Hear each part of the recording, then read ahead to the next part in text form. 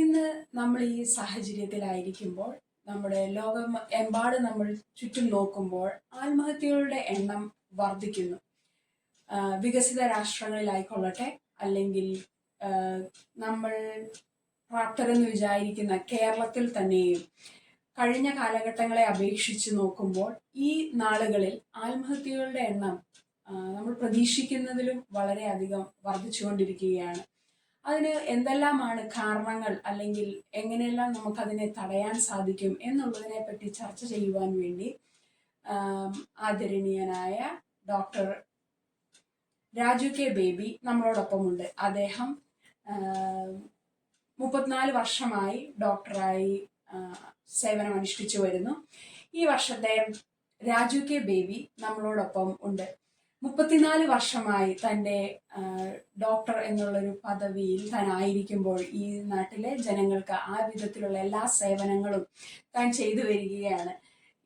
ഈ വർഷത്തെ നമ്മളോട് ആധികാരികമായി സംസാരിക്കുവാനായി നമ്മളോടൊപ്പം ഇന്നുള്ളത് ഡോക്ടർ രാജു കെ ബേബിയാണ്. അദ്ദേഹം 34 വർഷമായി ഡോക്ടറായി സേവനമനുഷ്ഠിച്ചു വരുന്നു. ഈ വർഷത്തെ കലാസാമൂഹിക സമിതിയുടെ ജനപ്രിയ ഡോക്ടർ എന്നുള്ളൊരു പദവി കൂടി അദ്ദേഹം കരസ്ഥമാക്കിയിരിക്കുകയാണ്. 1990 താൻ തൻ്റെ ബിരുദം പൂർത്തീകരിക്കുകയും MBBS ബിരുദം പൂർത്തീകരിക്കുകയും 1995 അതിൻ്റെ മാസ്റ്റേഴ്സ് കംപ്ലീറ്റ് ചെയ്യുകയും ചെയ്തു. ഈ കഴിഞ്ഞ 34 വർഷമായി താൻ പഠിച്ചതും തൻ്റെ അറിവുമെല്ലാം ഈ നാട്ടിലെ ജനങ്ങൾക്ക് വേണ്ടി താൻ ജനങ്ങളെ സേവിക്കുവാൻ തനിക്ക് സാധിച്ചു. ഈ വിഷയത്തിൽ നമ്മുടെ സാമൂഹികപരമായി എന്തുകൊണ്ട് കഴിഞ്ഞ നാളുകളെ അപേക്ഷിച്ച് ഈ നാളുകളിൽ ആത്മഹത്യയുടെ എണ്ണം വർദ്ധിക്കുന്നു എന്നുള്ളതിനെ പറ്റി നമുക്ക് അദ്ദേഹത്തോട് തന്നെ ചോദിച്ച് മനസ്സിലാക്കാം. അതേക്കുറിച്ച് എന്നെ സ്നേഹിക്കുന്ന സേവിക്കുന്ന എല്ലാ മാന്യ പ്രേക്ഷകർക്കും എൻ്റെ ചാനലുകളെ സബ്സ്ക്രൈബ് ചെയ്ത് എന്നെ സഹായിക്കുന്നതായിട്ടുള്ള എല്ലാവർക്കും എൻ്റെ വിനീതമായ കൊപ്പുകൈ. എന്നെ സഹായിച്ചുകൊണ്ടിരിക്കുന്ന പരമകാരുണ്യനായിട്ടുള്ള കർത്താവായ യേശു ക്രിസ്തുവിനെ ഞാൻ നന്ദിയും സ്നേഹവും അർപ്പിച്ചുകൊണ്ട് ഈ ഒരു ചോദ്യത്തിന് എനിക്ക് ഉത്തരം പറയണമെന്നുണ്ട്. കഴിഞ്ഞ അനേക കാലങ്ങളായിട്ട് നമ്മൾ നോക്കുമ്പോൾ ആത്മഹത്യയുടെ നിലവാരം വളരെ കൂടിയിരിക്കുകയാണ്. ഞാനിതിൻ്റെ ഒരു സെൻസസ് ഒന്ന് പറഞ്ഞ് ഞങ്ങൾ ഇൻട്രൊഡ്യൂസ് ചെയ്യാം. ഒരു വർഷം ഏതാണ്ട് 1,70,000 പേരാണ് മരിക്കുന്നത് ലോകത്തെമ്പാടത്തും സൂയിസൈഡ് ചെയ്ത്. അതുപോലെ കേരളത്തിൽ ഏതാണ്ട് 8,000 പേര് ഒരു മാസം സൂയിസൈഡ് ചെയ്യുന്നുണ്ട്. ഈ സൂയിസൈഡിന്റെ പിന്നിലുള്ള വലിയ കുറച്ച് കാരണങ്ങളുണ്ട്. നമ്മൾ എവിടെ നോക്കിക്കഴിഞ്ഞാലും സൂയിസൈഡ്, ആത്മഹത്യ, കൊച്ചുപിള്ളേർ ആത്മഹത്യ ചെയ്യുന്നു, വലിയ ആൾക്കാർ ആത്മഹത്യ ചെയ്യുന്നു. എന്നാൽ അതിനു മുമ്പ് കുറേ കാര്യങ്ങൾ അതിനെക്കുറിച്ച് എനിക്ക് പറയുവാനുണ്ട്. അതിന് കുറേ കാരണങ്ങളുണ്ട്. നിങ്ങളുടെ സംശയങ്ങൾ എന്നോട് ഫോണിൽ ചോദിക്കോ, അല്ലെങ്കിൽ വാട്സപ്പിൽ മെസ്സേജ് ചെയ്യോ, ഇതിന് കമൻ്റ് ഇടുകയോ ഒക്കെ ചെയ്യണം. ഇഷ്ടമുള്ളവരെ നിങ്ങൾ ഷെയർ ചെയ്യണം, നിങ്ങൾ ലൈക്ക് ചെയ്യണം, നിങ്ങൾ കമൻ്റ് ഇടണം. നിങ്ങളുടെ കൂട്ടുകാർക്ക് 2024 ലോകം ഇത്രയും പുരോഗമിച്ചു എന്ന് നമ്മൾ വിശ്വസിക്കുന്ന ഈ കാലഘട്ടത്തിൽ എന്തുകൊണ്ടാണ് ആത്മഹത്യകളുടെ എണ്ണം ഇത്രയും അധികം വർദ്ധിക്കുകയും ജനങ്ങളിൽ ആത്മഹത്യ ഒന്നിനും പരിഹാരമല്ല എന്ന് തിരിച്ചറിയുവാൻ സാധിക്കാതെയും പോകുന്നത്? അതെ, ഞാൻ അതിൻ്റെ മറുപടി തന്നെ പറയാനായിട്ട് ആഗ്രഹിക്കുന്നു. ഇന്ന് നമ്മൾ നോക്കുന്നതായിട്ടുള്ള സമയത്ത് ഏറ്റവും കൂടുതൽ ആൾക്കാർ ആത്മഹത്യ ചെയ്യുന്ന ലെവൽ എന്ന് പറയുന്നത് സാമ്പത്തിക പരാധീനതയാണ്. അതൊരു കാര്യം. രണ്ടാമത്, ഏറ്റവും കൂടുതൽ ആൾക്കാർ ഈ പല രോഗങ്ങളും ചിലപ്പം ബാധിച്ച് അവർക്ക് പിന്നെ എങ്ങനെയെങ്കിലും ജീവിതം അവസാനിപ്പിച്ചാൽ മതി. ചില ആൾക്കാർ പ്രണയ നൈരാശ്യം കൊണ്ട് മരിക്കുന്ന ഒരുപാട് ലവേഴ്സ് ഉണ്ട് നമ്മുടെ നാട്ടിൽ. അതുപോലെ നമ്മളെ അഡിക്ഷൻസിൻ്റെ ലയബിലിറ്റി, അതായത് കള്ള് കുടിച്ച് 70 വയസ്സ് ജീവിച്ചിരിക്കേണ്ട ആൾ 50 വയസ്സിൽ മരിക്കുന്നു. അത് വലിയൊരു പ്രശ്നമാണ്. പിന്നെ മാനസിക സംഘർഷം, പിന്നെ ഭാര്യ വേർപെട്ടു പോകുന്ന പ്രശ്നങ്ങൾ, ഭർത്താവ് വേർപെട്ടു പോകുന്ന പ്രശ്നങ്ങൾ, അങ്ങനെ രോഗങ്ങൾ, ദുഃഖങ്ങൾ, ഭാരങ്ങൾ, ജീവിതത്തിൽ വിശ്വാസമില്ലായ്മ, ഇവയെല്ലാം മനുഷ്യനെ ഒരു നരകത്തിലേക്ക് ആക്കുമ്പോഴാണ് ഇനി എൻ്റെ എല്ലാ പ്രതീക്ഷകളും നഷ്ടപ്പെട്ടു, ഇനി എനിക്ക് ജീവിക്കണ്ട എന്ന് പറഞ്ഞ് അവർ ഏതെങ്കിലും വിധത്തിൽ സൂയിസൈഡ് ചെയ്യാനായിട്ട് ഒരുങ്ങുന്നത്. ഇന്ന് ഒരു മനുഷ്യന്റെ അല്ലെങ്കിൽ ഒരു കുട്ടിയുടെ ഭാവന കണ്ട് അതിനനുസരിച്ച് പ്രവർത്തിക്കാനായിട്ട് മാതാപിതാക്കൾക്ക് കഴിയുന്നില്ല. കാരണം മാതാപിതാക്കള് അവർ പറയുന്ന പോലെ മക്കൾ കേൾക്കണമെന്നില്ല. ഇന്ന് ഈ സോഷ്യൽ മീഡിയയുടെ പ്രചാരണങ്ങൾ വളരെ ആയതുകൊണ്ട് അവർ സോഷ്യൽ മീഡിയയിൽ കൂടുതൽ കാണുകയും വീട്ടിലെ കാര്യങ്ങൾ അറിയാതിരിക്കുകയും ചെയ്യുന്നത് ഈ ആത്മഹത്യയുടെ ഒരു വലിയ പ്രശ്നമാണ്. പിന്നെ കടക്കണി, ആ കടക്കണിയെക്കുറിച്ച് ഞാൻ വിശദമായിട്ട് പറയാം. ഇതാണ് എനിക്ക് ഇത്രയും കാര്യങ്ങളാണ് മെയിൻലി എനിക്ക് പറയാനുള്ളത്. ഈ കടക്കണി, കടമെടുക്കുന്നവൻ പിന്നെ എന്നും ഒരു കുടത്തിനകത്താണെന്ന് പറയുന്നത് പോലെ അത് വലിയ പ്രശ്നങ്ങളായി. ഇന്നിൻ്റെ കേരളത്തിലെ സ്ഥിതി നോക്കുമ്പോൾ കുടുംബ ആത്മഹത്യകൾ വളരെ കൂടുതലാണ്. അത് വേദനയെന്ന് പറയട്ടെ, ഒരാൾ അപ്പൻ ഭാര്യയെ കൊന്നിട്ട് മക്കളെയും കൊന്നിട്ട് സ്വയം സൂയിസൈഡ് ചെയ്യുന്നതായിട്ടുള്ള ഒരു വലിയ കാഴ്ച ഈ സമൂഹത്തിൽ കണ്ടുവരുന്നു. അതിനെ നമ്മൾ പ്രതിരോധിക്കേണ്ടത് ആവശ്യമാണ്. അതിൻ്റെ കാര്യകാരണങ്ങളെക്കുറിച്ച് ഞാൻ സംസാരിക്കാം. നമ്മുടെ കൂടെ ഇരിക്കുന്നത് ടെസിയ എന്ന് പറയുന്ന സഹോദരിയാണ്. ഓക്കുപേഷണൽ തെറാപ്പിയിലെ ബിരുദാനന്ദ ബിരുദമെടുത്ത് എൻ്റെ ക്ഷണം സ്വീകരിച്ച് അവരുടെ ക്ഷണം സ്വീകരിച്ച് ഞാനും ഇവിടെ കടന്നു വന്നിരിക്കുകയാണ്. ഇത് നിങ്ങൾക്കെല്ലാം പ്രയോജനകരമാകട്ടെ എന്ന് ആശംസിക്കുന്നു. ആത്മഹത്യകളുടെ കാരണങ്ങൾ വ്യക്തമായി അല്ലെങ്കിൽ അതിനെ ഒന്ന് ഇലാബറേറ്റ് ചെയ്ത് ഞങ്ങളോട് അതിനെപ്പറ്റി ഒന്ന് സംസാരിക്കാമോ? തീർച്ചയായിട്ടും ഞാൻ അതിനെക്കുറിച്ച് സംസാരിക്കാം. ഇന്ന് ഒരുപാട് കുടുംബങ്ങളിൽ ആത്മഹത്യ പെരുകുന്നതിൻ്റെ മെയിൻ പ്രശ്നം കടമാണ്. ഈ കടം 1,00,000 രൂപ കടം വാങ്ങിച്ചു, അല്ലെ 2,00,000 രൂപ കടം വാങ്ങിച്ചു.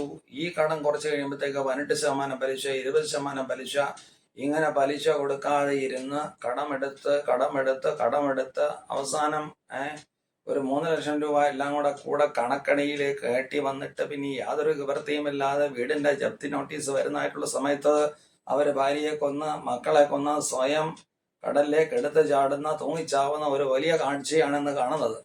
ഞാൻ ഒരു കാര്യം പറയട്ടെ, നിങ്ങളുടെ വരവിന് എതിരായിട്ട് നിങ്ങൾ ചെലവാക്കിയാൽ, അല്ലെങ്കിൽ വരവിന് എതിരായിട്ട് നിങ്ങൾ ചെലവാക്കി കഴിഞ്ഞാൽ നിങ്ങളുടെ കടം വർദ്ധിക്കുക തന്നെ ചെയ്യും. ഇന്ന് ഏത് മേഖലകളിൽ ചെന്ന് കഴിഞ്ഞാലും തൊഴിലുണ്ട്. തൊഴിലില്ലെന്ന് ആരാണ് പറയണത്? ഇവിടെ വരുന്ന ബംഗാളികൾക്ക് തൊഴിലില്ലാതെ ആരെങ്കിലും ഉണ്ടോ?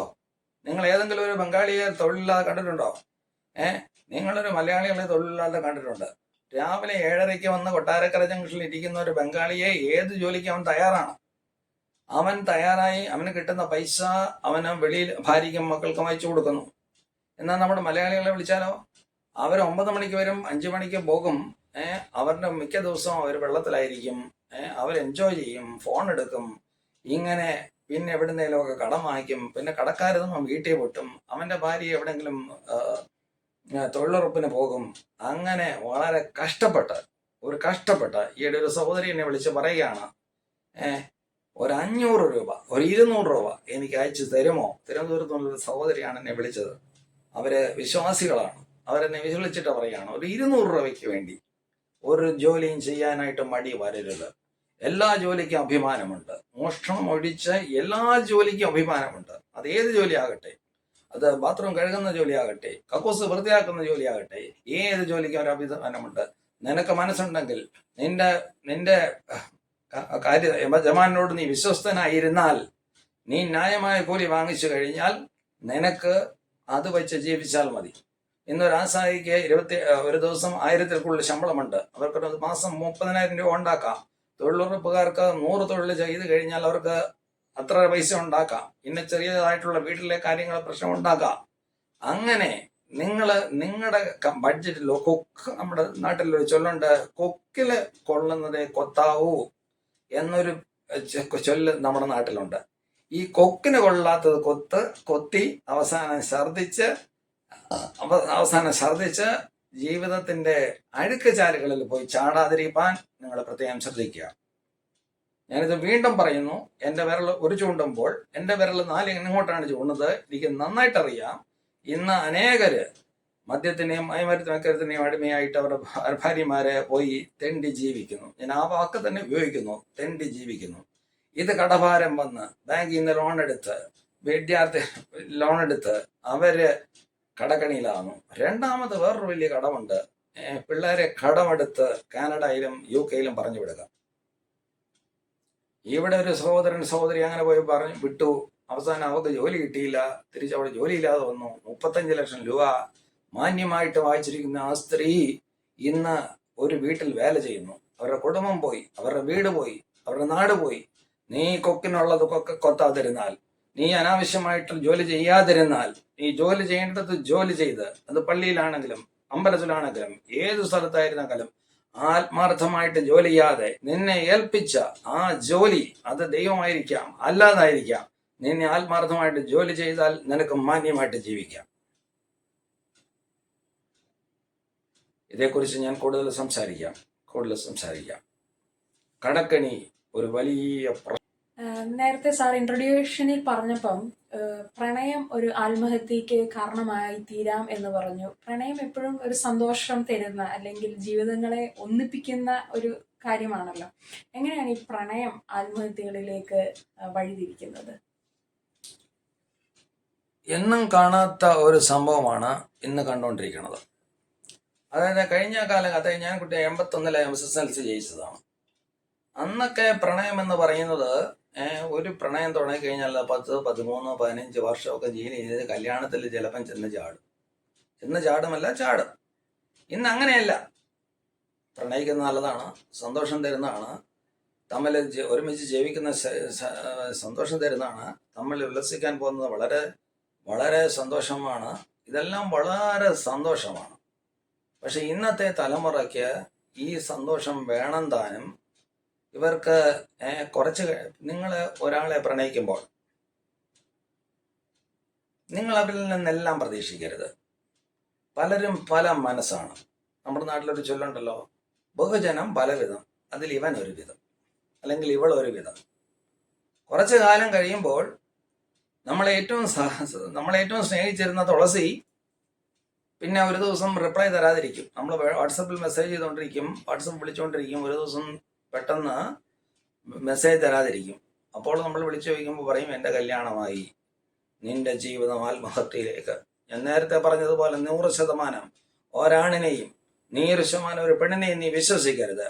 ഈ പ്രണയനൈരാശ്യം നിന്നെ റെയിൽവേ കൗണ്ടിൽ കൊണ്ടെത്തിക്കുന്നു, നിന്നെ ഭ്രാന്തനായി മാറ്റുന്നു, നിന്റെ ജീവിതത്തെ തകർത്തുടയ്ക്കുന്നു. നിന്നെ ഡിപ്പെൻഡ് ചെയ്ത ഒരു പേരൻസ് ഉണ്ട്, നിന്നെ ഡിപ്പെൻഡ് ചെയ്ത ഒരു ഇതുണ്ട്.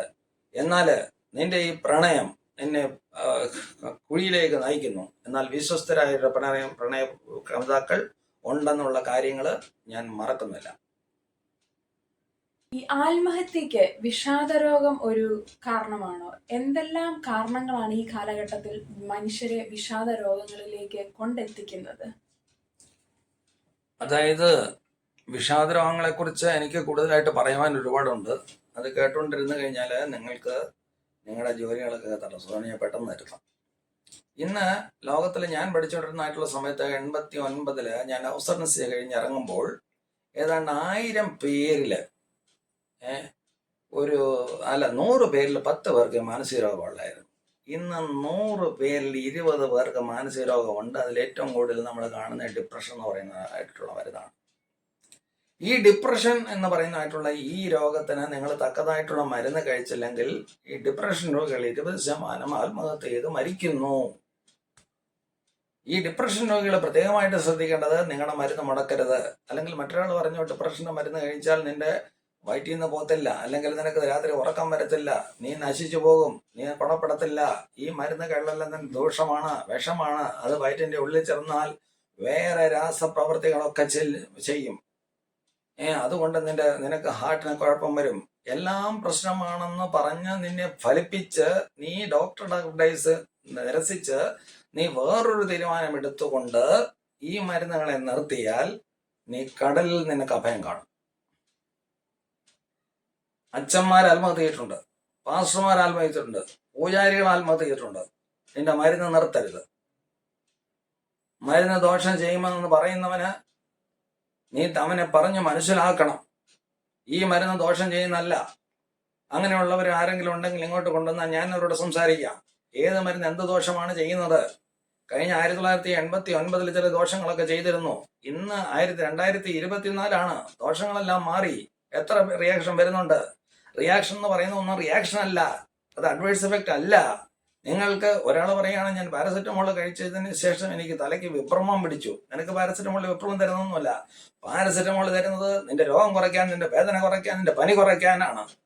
അല്ലാതെ നിന്റെ പാരസെറ്റമോൾ തരുന്നത് ഡോക്ടർക്ക് പൈസ ഉണ്ടാക്കാൻ അല്ല എന്നുള്ളൊരു കാര്യം നീ പ്രത്യേകം ഓർക്കുക. അത് കഴിക്കാതിരുന്നാൽ നിന്റെ വേദന കൂടും. നീ വേദന കൂടിയാൽ നീ രാത്രി കിടന്നുറങ്ങില്ല. ഞാൻ നീ എന്ന് പറയുന്നത് ക്ഷമിക്കുക. ഞാൻ പ്രായമുള്ളൊരു വ്യക്തിയാണ്. എനിക്ക് നിങ്ങളെ നീ എന്ന് പറയാനുള്ളൊരു യോഗ്യതയില്ല. പക്ഷെ നിങ്ങൾ ആ കാര്യങ്ങൾ നീ എന്നുള്ളത് നിങ്ങളെന്ന് തന്നെ എടുത്തുകൊണ്ട് നിങ്ങളൊരു കാര്യം പറയുക, ഡോക്ടറുടെ അനുവാദമില്ലാതെ നിങ്ങൾ ഡിപ്രഷൻ എടുക്കുന്ന മരുന്ന് കഴിക്കാതിരിക്കരുത്. ഡിപ്രഷൻ രോഗികൾ പ്രത്യേകം ശ്രദ്ധിക്കുക. തുറസായ സ്ഥലത്ത് പോകുക, ഫുട്ബോൾ കളിക്കുക, ക്രിക്കറ്റ് കളിക്കുക, വീട്ടിൽ കുത്തിയിരിക്കരുത്. ഡിപ്രഷൻ കൂടും. രാത്രി നീ ഉറങ്ങത്തില്ല. നിന്റെ ഹൃദയമെടുപ്പ് കൂടും, നിന്റെ കൈവിറയിൽ കൂടും, വയറിന്റെ വിശപ്പില്ലാതാകും. അത് നിനക്കൊരു ഭാരം, നിന്റെ വീട്ടുകാർക്കൊരു ഭാരം, സമൂഹത്തിനൊരു ഭാരമായി തീരാതിരിക്കാനായിട്ട് നീ ഡിപ്രഷൻ വരുമ്പോൾ നീ അതിനെ ആസ്വദിക്കുക. അല്ലെങ്കിൽ വെറുതെ വീട്ടിൽ കുത്തിക്കരുതരുത്. പ്രണയം ഒരു നല്ല ആസ്വാദന കാര്യമാണ്. പക്ഷെ നീ പ്രണയിക്കുമ്പോൾ ഞാൻ നേരത്തെ പറയുന്ന പോലെ സൂക്ഷിപ്പിക്കണം. ഇപ്പോൾ ഒരുപാട് ഫ്രണ്ട്സ് വന്നിട്ടുണ്ട്. പക്ഷെ അവിടെ നീ കബളിപ്പിടിക്കാനും നിന്റെ ഫോൺ നമ്പറല്ല രജിസ്റ്റേർഡ് ഫോൺ നമ്പറിന് വെളിയിൽ പോയാൽ, അല്ലെങ്കിൽ നീ ഒരു പേ ചെയ്ത് കഴിഞ്ഞാൽ അതിൽ നിന്ന് തട്ടിയെടുക്കാൻ ചില സ്കാംസുകൾ പ്രവർത്തിക്കുന്നുള്ളത് വളരെ വാസ്തവമായിട്ടുള്ള കാര്യമാണ്. അതുകൊണ്ട് എല്ലാവരെയും വിശ്വസിക്കരുത്. എല്ലാം ശോധന ചെയ്ത് നല്ലതിനെ തിരഞ്ഞുകൊള്ളുക എന്ന് പറയുന്നത് പോലെ നീ ഈ കാര്യങ്ങളെ ചുംബിക്കുക. നമുക്ക് തൽക്കാലം താങ്ക് യു ഡോക്ടർ. ഞങ്ങളോട് ഇത്രയും നേരം ഈ ആത്മഹത്യകളുടെ വിവിധ കാരണങ്ങൾ നമ്മളോട് ഷെയർ ചെയ്തു. ആദ്യം പറഞ്ഞത് കടം ഒരു വലിയ പ്രശ്നമാണ്. അപ്പോൾ ആരെങ്കിലുമൊക്കെ കടം എടുത്തു വെച്ചിട്ടുണ്ടെങ്കിൽ അതിനെ എങ്ങനെ നമ്മുടെ വരവിനോട് ചിലവ് കാൽക്കുലേറ്റ് ചെയ്ത് ഈ കടം വീട്ടി തീർക്കാൻ സാധിക്കുമെന്ന് നോക്കണം. അതേപോലെ നമ്മുടെ പ്രണയങ്ങൾ അത് സത്യസന്ധമാണോ, ആത്മാർത്ഥമാണോ, മറ്റ് കാര്യങ്ങളിൽ ഇൻക്ലൂഡ്, അതായത് പഠിക്കേണ്ട സമയത്ത് പഠിക്കുകയും പ്രണയിക്കുന്ന കാലഘട്ടത്തിലേക്ക് അല്ലെങ്കിൽ ഒരു പക്വത എത്തിയിട്ട് കറക്റ്റ് ആൾക്കാരെ കണ്ടുപിടിച്ച് ആത്മാർത്ഥമായി പ്രണയിക്കാൻ ശ്രമിക്കുകയും, വിഷാദ രോഗങ്ങൾ അല്ലെങ്കിൽ എന്തെങ്കിലും മെന്റൽ പ്രഷറുകൾ നമ്മുടെ ജീവിതത്തിൽ ഉണ്ടെങ്കിൽ അതിന് കറക്റ്റ് കൺസൾട്ടൻസ് ഡോക്ടേഴ്സിനെ കണ്ടെത്തി അവർ പറയുന്നത് പോലെ അതിനെ മെഡിക്കേഷൻസ് അല്ലെങ്കിൽ മറ്റു കാര്യങ്ങൾ എക്സസൈസസ് ഒക്കെ ചെയ്ത് ആ കാര്യങ്ങളെ ക്രമീകരിച്ച് കൊണ്ടുപോവുക. ഒരിക്കലും സമൂഹം എന്ത് വിചാരിക്കുമെന്ന് ഓർത്ത് ഡോക്ടേഴ്സിനെ കാണാതിരിക്കുകയോ മെഡിക്കേഷൻ എടുക്കാതിരിക്കുകയോ ഒന്നും ചെയ്യരുത്. അങ്ങനെ ഈ കാലഘട്ടങ്ങളിൽ വളരെ അനിവാര്യമായൊരു വിഷയമാണ് ആത്മഹത്യ. അവയിൽ നിന്ന് നമ്മളെ തന്നെ പിന്തിരിപ്പിച്ചുകൊണ്ട് നമുക്ക് ദൈവം തന്നിട്ടുള്ള ആ ജീവിതം ആസ്വദിച്ച് നന്നായി ജീവിക്കുവാൻ നമുക്ക് എല്ലാവർക്കും സാധിക്കട്ടെ. മറ്റൊരു എപ്പിസോഡിൽ മറ്റൊരു വിഷയവുമായി വീണ്ടും നിങ്ങളെ കാണുന്നത് വരെ ഞങ്ങളോട് ഇത്രയും നേരം കേട്ടിരുന്നതിന് ഒത്തിരി നന്ദി. നമസ്കാരം. എൻ്റെ എല്ലാ വീഡിയോകളും നിങ്ങൾ ഷെയർ ചെയ്യണം, ലൈക്ക് ചെയ്യണം, കമൻറ്റ് ചെയ്യണം. ആവശ്യമുണ്ടെങ്കിൽ നിങ്ങൾ ഫോൺ ചെയ്യണം. എന്നോട് ഇത്രയും നേരം ചെലവഴിച്ച ഓക്കുപേഷണൽ തെറാപ്പിയിലെ ബിരുദം കരസ്ഥമാക്കിയ പ്രിയപ്പെട്ട ട്രേസിയോടുള്ള നന്ദിയും സ്നേഹവും ഞാൻ ഈ സമയത്ത് അറിയിക്കുന്നു. ഓക്കെ, നന്ദി.